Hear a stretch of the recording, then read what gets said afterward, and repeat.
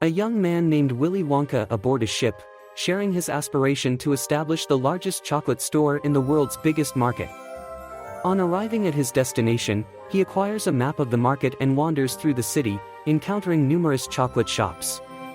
This inspires him to envision his own shop, and he starts to dance, only to be fined by an officer for dreaming in a forbidden zone.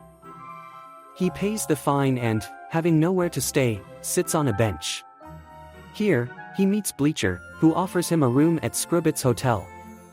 Scribbit charges him a small fee and presents a lengthy contract for him to sign. Noodle, a girl at the hotel, cautions Wonka to read the contract first, raising his suspicion. Despite the document's length, Wonka signs it, trusting Scribbit's assurance that it's just a formality. In the morning, Wonka gathers a crowd and introduces his unique chocolates, dubbed hover chocks, crafted with a special flying bug. 3 envious chocolate shop owners, Fickelgruber, Prodnose, and Slugworth, taste the chocolate but pretend to dislike it. They end up flying due to the chocolate's magical properties, which Wonka proudly attributes to his creation. However, the chief officer, Affable, arrives and prohibits Wonka from selling his chocolates on the street. Returning to the hotel, Wonka is shocked by the enormous bill Scribbit presents him for the amenities used, much higher than expected. Scribbit informs Wonka that without money, he must work in the hotel for 27 years as per the contract he unknowingly signed. Shocked, Wonka is then pushed by Bleacher into the basement via a pipe.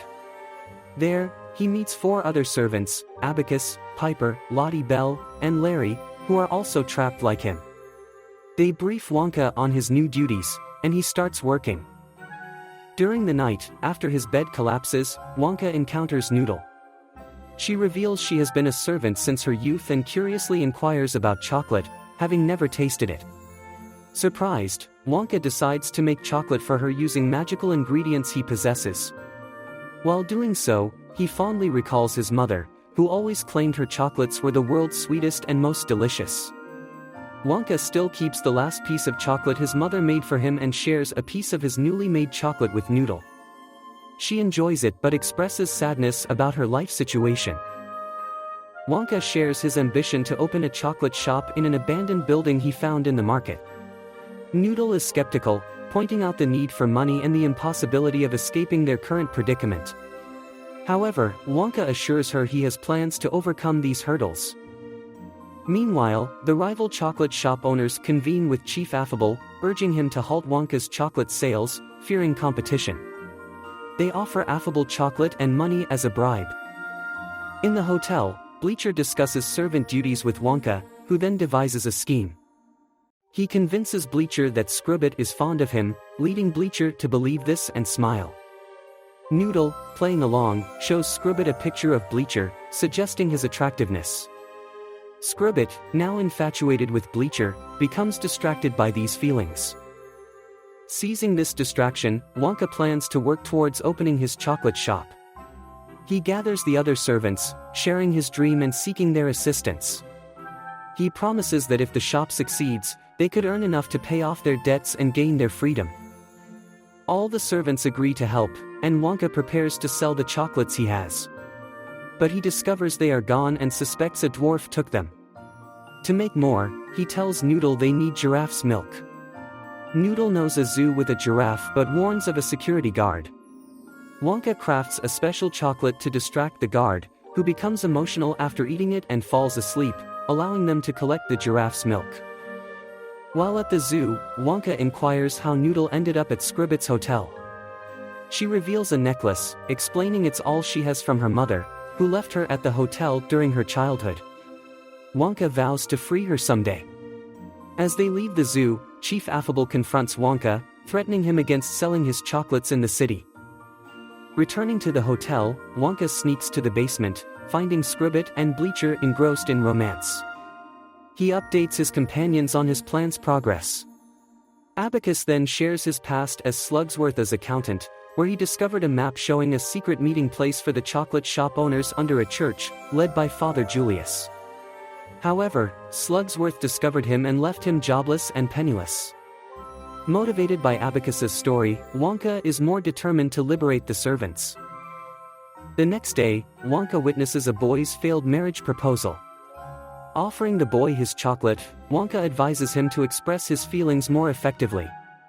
The chocolate helps the boy convey his emotions better, leading to a successful proposal. Wonka's chocolates gain popularity in the city, boosting his business. However, when the officer learns about this, Wonka has to flee, escaping through a gutter as the officer approaches.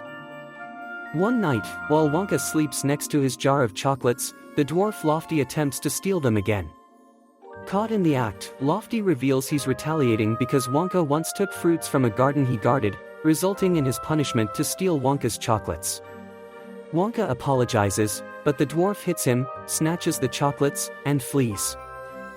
Wonka shares this incident with Noodle, who informs him they've gathered enough money recently to rent the abandoned building for their chocolate shop. Upon visiting the shop, Wonka finds it in poor condition but is determined to renovate it. In a few days, Wonka transforms the shop into the city's most beautiful building. Inside, it's a chocolate paradise, attracting many customers. However, trouble arises when a customer consumes a defective chocolate that causes rapid hair growth.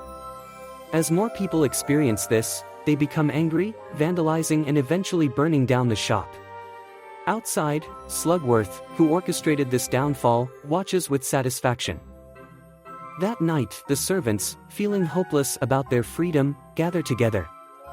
Wonka apologizes for not fulfilling his promise and takes out the last chocolate made by his mother.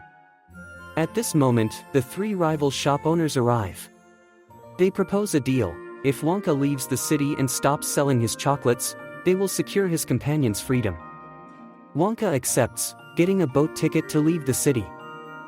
On the boat, Wonka encounters Lofty, the dwarf, again.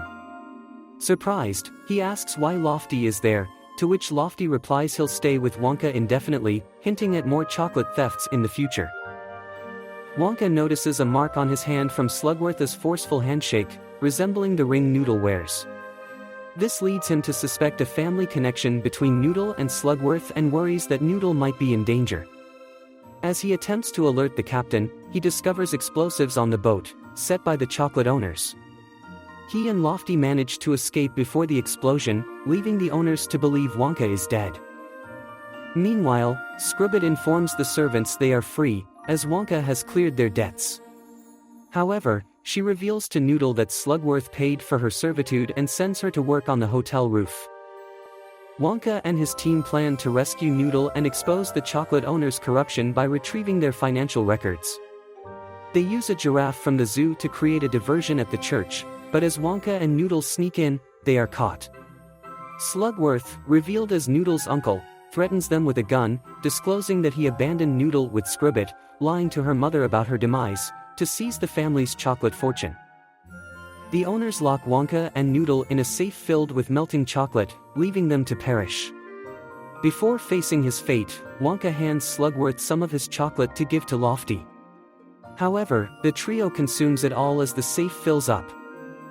Lofty arrives at the church and drains the safe, inadvertently saving Wonka and Noodle. They emerge with the record book as proof of the owner's deceit.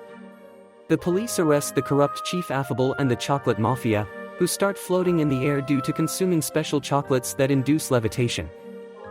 Wonka activates a chocolate fountain in the town square, causing chaos and sending the floating owners out of town. The townspeople enjoy the chocolate, and Wonka resumes his business. He reads a note from his late mother in the last bar she made, emphasizing the significance of sharing chocolate with loved ones. Wonka shares his chocolate with Noodle, Abacus, Piper, Lofty, and Larry and helps Noodle reunite with her mother, Dorothy Smith, who works in a library. Later, Wonka and Lofty venture to an old castle to continue making special treats, with Lofty agreeing to work with Wonka. In the end, Wonka's chocolate factory becomes famous.